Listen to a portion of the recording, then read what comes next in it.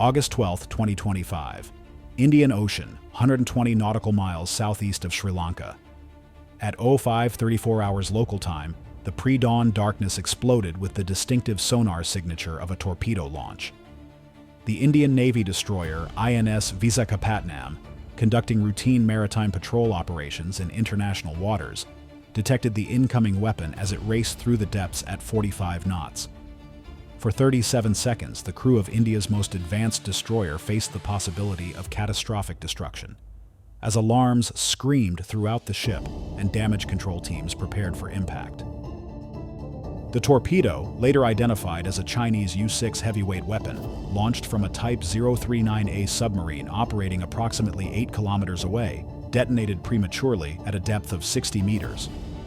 Whether the early detonation resulted from a technical malfunction, deliberate warning shot, or defensive countermeasures deployed by the Indian vessel remained unclear. But the message was unmistakable. The People's Liberation Army Navy had fired live ordnance at an Indian warship in waters that New Delhi considered within its sphere of influence. The incident marked the first time since the 1962 Sino-Indian War that Chinese forces had directly engaged Indian military assets with lethal weapons. More significantly, it occurred in the Indian Ocean, a maritime domain that India had considered its strategic backyard since independence, and where any Chinese military presence was viewed as a fundamental challenge to regional security architecture. This is Navy warfare. If you want to understand how a single torpedo can transform regional competition into global crisis, smash that like button and subscribe for analysis that reveals how maritime incidents can trigger superpower confrontations. Captain Rajesh Kumar, commanding the INS Visakhapatnam, had been tracking unusual Chinese naval activity in the region for several days prior to the torpedo incident. Intelligence reports confirmed that a Chinese carrier battle group, led by the Liaoning, had transited through the Strait of Malacca and was operating in the central Indian Ocean under the pretext of anti-piracy operations.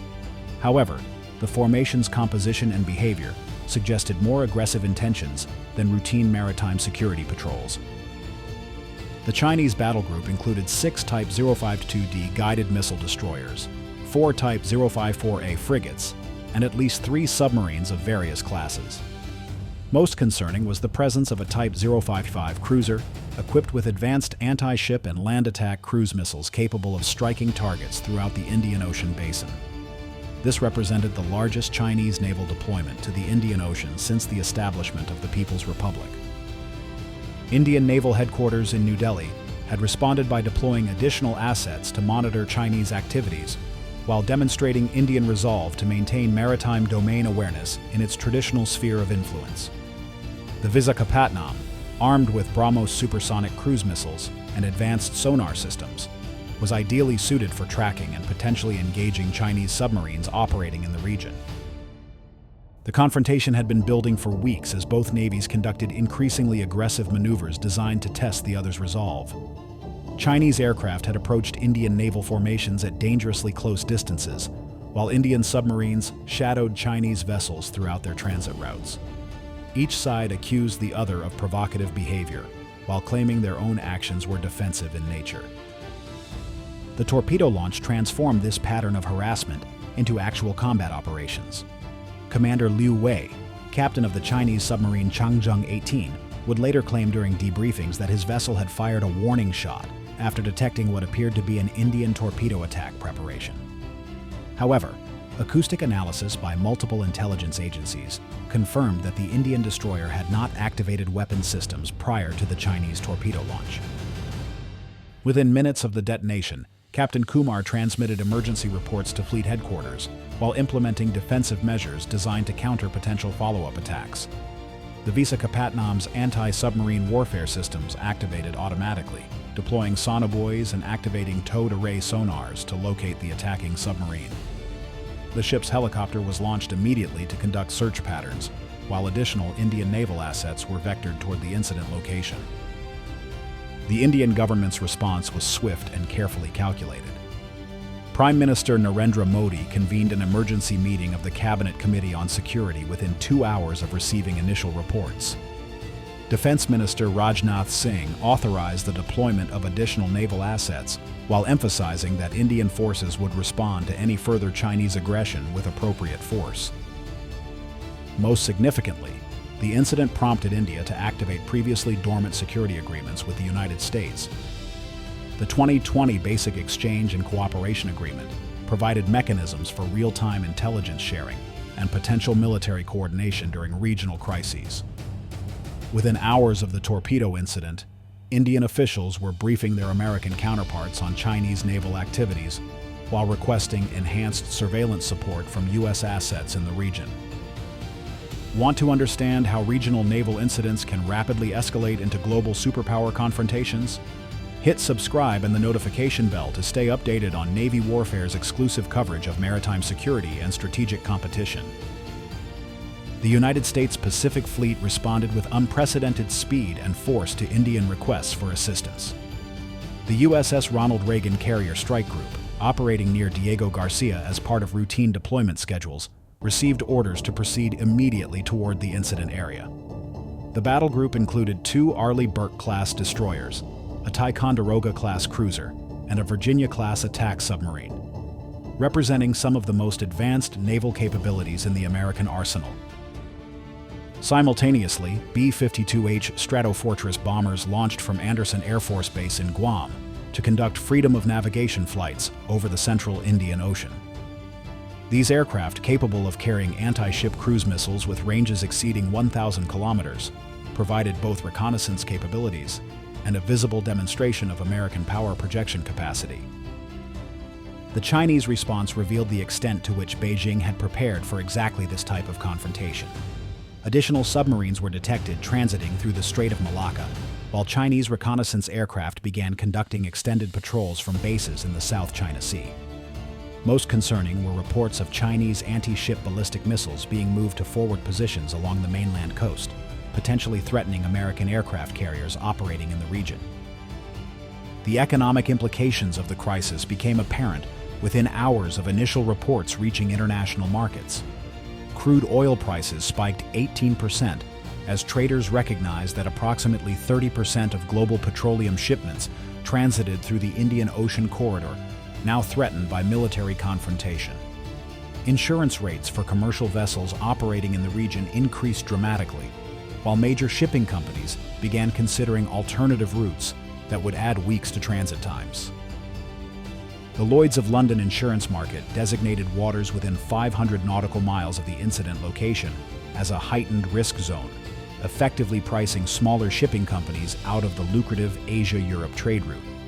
Container shipping rates increased by over 40% within 48 hours, as carriers sought to offset increased insurance costs and longer routing requirements. Regional allies found themselves forced to choose sides in a confrontation they had hoped to avoid. Australia quietly activated intelligence sharing agreements with both India and the United States, while publicly calling for de-escalation. Japan offered logistical support to American naval operations while expressing concern about Chinese expansion into the Indian Ocean. Singapore faced particular challenges as its strategic location made it critical for all parties involved in the developing crisis. The psychological impact on naval personnel throughout the region was significant and immediate. For sailors aboard the INS Visakhapatnam, the near-miss torpedo attack represented a stark reminder of their vulnerability when facing modern submarine threats. Chinese submarine crews found themselves operating under wartime rules of engagement for the first time since the Taiwan Strait crisis of 1996. American carrier crews prepared for potential combat operations against a peer competitor, rather than the asymmetric threats they had faced for 2 decades in the Middle East. The Indian media response was immediate and intense, with major newspapers calling for decisive military action against Chinese aggression in Indian territorial waters. Television networks broadcast continuous coverage, while retired military officers appeared as commentators demanding stronger government responses. Social media platforms filled with calls for retaliation, while hashtags supporting military action trended nationally. Chinese state media presented a completely different narrative, claiming that Indian vessels had threatened Chinese shipping while conducting illegal surveillance of legitimate maritime activities. State television broadcast footage of the Liaoning's aircraft conducting flight operations while emphasizing China's right to operate in international waters. The messaging was designed to portray Chinese actions as defensive while justifying any escalatory measures as responses to Indian aggression.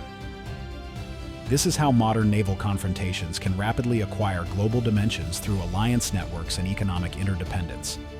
Subscribe to Navy Warfare and hit that bell icon for exclusive analysis of how maritime incidents reshape international relations and economic systems.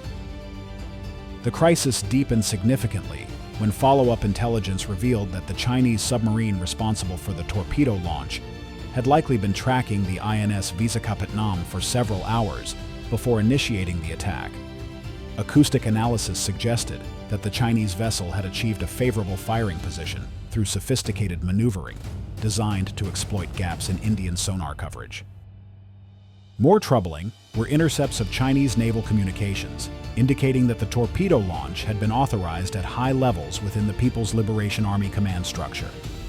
This suggested that the incident was not the result of a local commander's independent decision, but rather part of a deliberate strategy to test Indian responses to Chinese maritime pressure. The United States found itself drawn deeper into the crisis when Chinese aircraft began conducting aggressive intercepts of American reconnaissance flights over the central Indian Ocean. F-15C Eagles operating from Diego Garcia reported multiple close encounters with Chinese J-11 fighters, with some intercepts occurring at distances measured in meters rather than kilometers.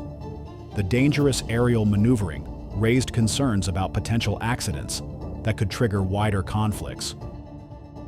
President Biden addressed the situation during a press conference, stating that unprovoked attacks on the naval forces of democratic partners represent threats to international law and freedom of navigation that the United States cannot ignore.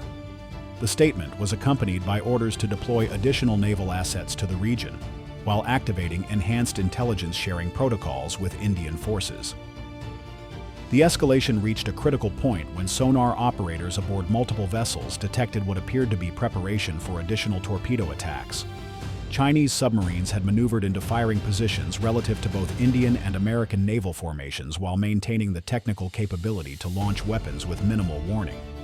The situation required split-second decision-making by commanders, operating under rules of engagement that had not anticipated such complex multi-party confrontations. Captain Kumar faced an unprecedented decision when his sonar crew detected a Chinese submarine, achieving weapons-grade targeting solutions against the USS Ronald Reagan, operating approximately 50 kilometers away.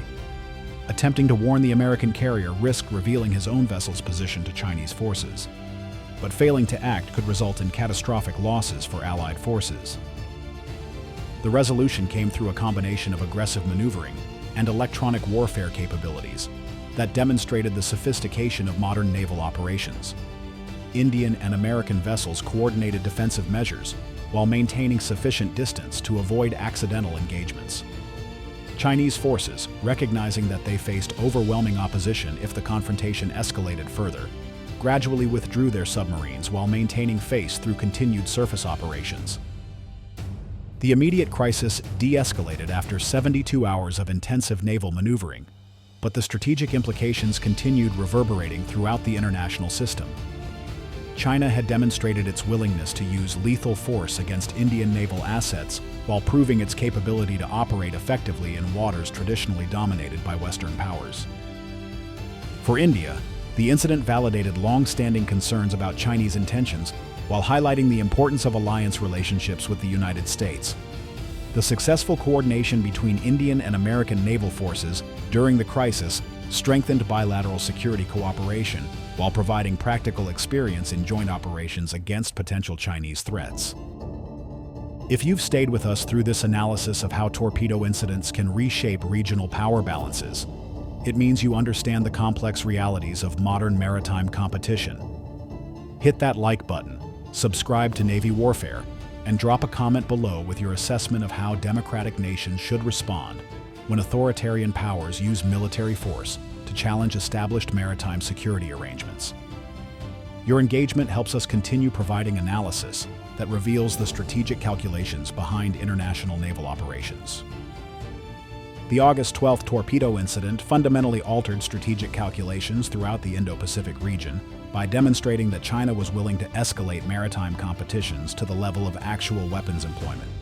The near-miss attack on the INS Visakhapatnam proved that Chinese naval forces possessed both the capability and authorization to engage Indian assets with lethal weapons when pursuing strategic objectives. For naval strategists worldwide, the incident provided crucial insights into how future maritime conflicts might develop between major powers operating sophisticated weapon systems in confined waters. The combination of submarine warfare, surface ship maneuvering, and air operations in a relatively small area demonstrated the potential for rapid escalation when multiple forces with advanced capabilities operated in proximity. The successful de-escalation of the immediate crisis owed much to the professionalism of naval officers from all three nations, who recognized the catastrophic implications of allowing the confrontation to spiral into wider conflict. However, the precedent established by the Chinese torpedo attack created new baselines for acceptable behavior that would influence regional security planning for years to come. Most significantly, the incident validated American concerns about Chinese expansion into the Indian Ocean, while strengthening the strategic rationale for enhanced U.S.-India security cooperation. The crisis demonstrated that regional maritime competitions in the 21st century inevitably acquire global dimensions through alliance networks and economic interdependence. The Indian Ocean returned to relative calm in the weeks following the August crisis, but the strategic landscape had been permanently altered. Future Chinese naval operations would be conducted with the knowledge that India possessed both the capability and willingness to respond with force to perceived threats, while Indian planning would incorporate lessons learned about the importance of alliance cooperation when facing peer competitors in maritime domains.